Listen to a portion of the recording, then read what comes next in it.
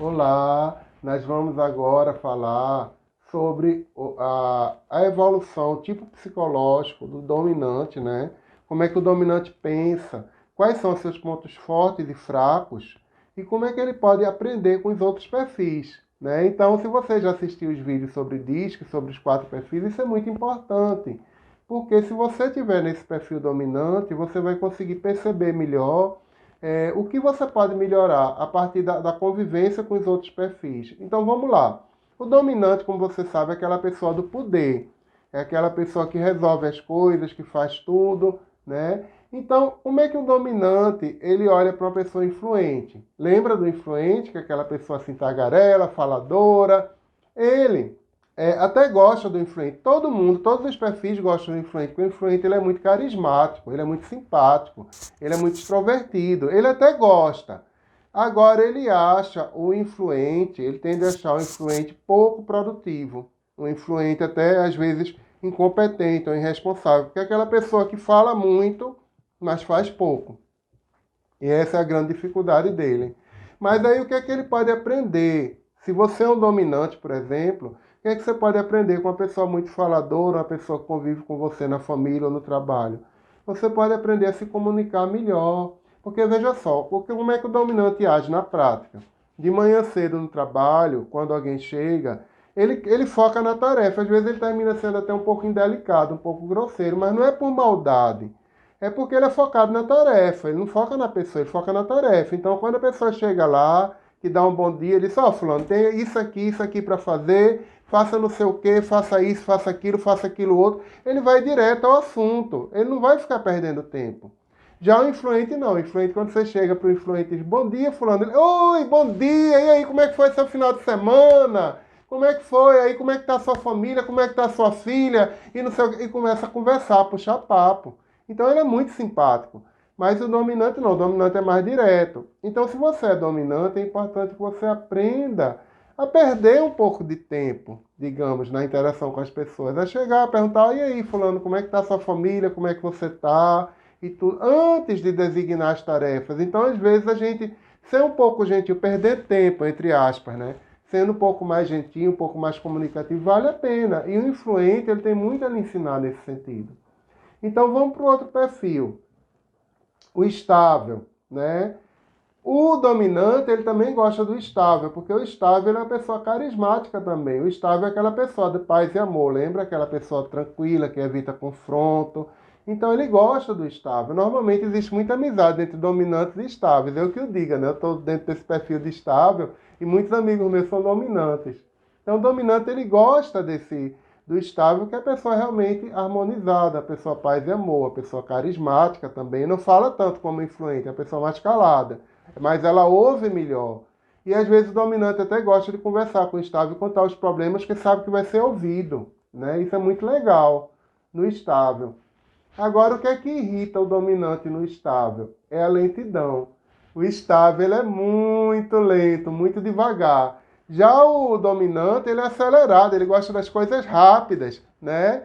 E eu já contei esse caso aqui em outro vídeo meu. Eu estava com uma amiga minha que era dominante, a gente fazendo trabalho em grupo, né, na residência, e eu lá no computador pegando o mouse, bem devagarzinho, olhando. E ela disse, Fernanda, eu tenho vontade de tomar esse mouse da sua mão e fazer. E quando ela entrava no computador, ela mexia em várias teclas ao mesmo tempo e tudo.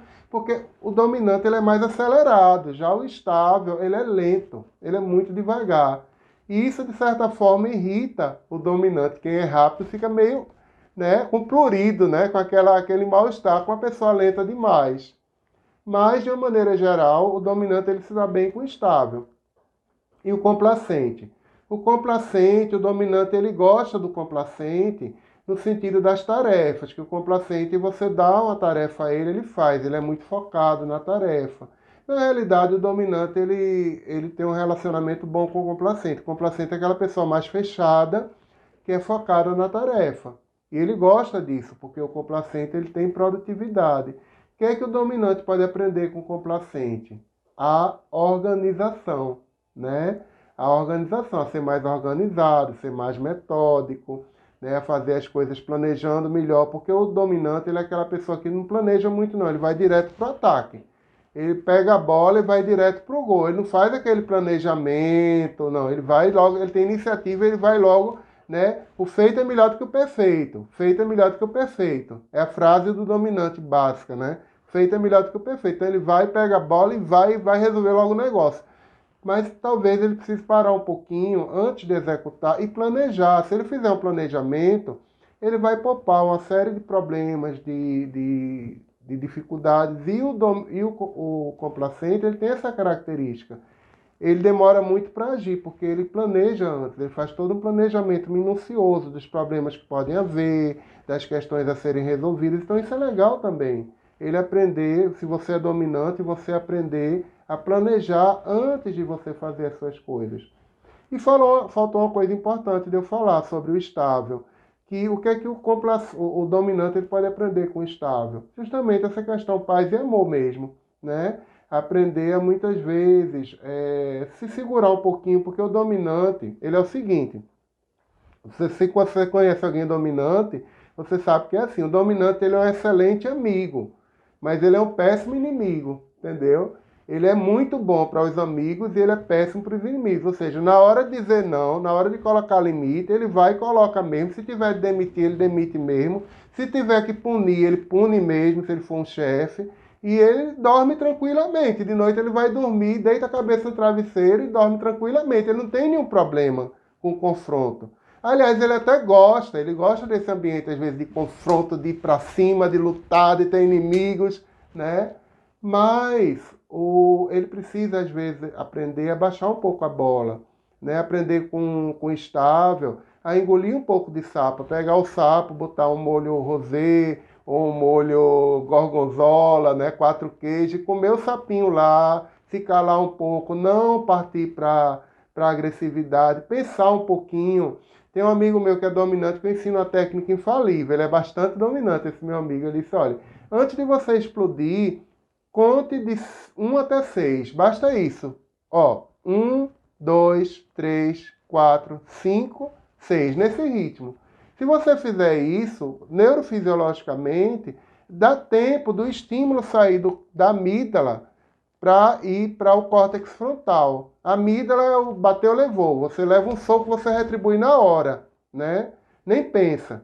Mas se você esperar 6 segundos, o estímulo cerebral ele vai sair da amígdala, que fica no centro do cérebro, não tem nada a ver com a amígdala da garganta, é um outro órgão que fica no centro do cérebro, da sua cabeça, e vai até a periferia, no que é o córtex frontal. E aí o que acontece na prática? Vai dar tempo de você raciocinar.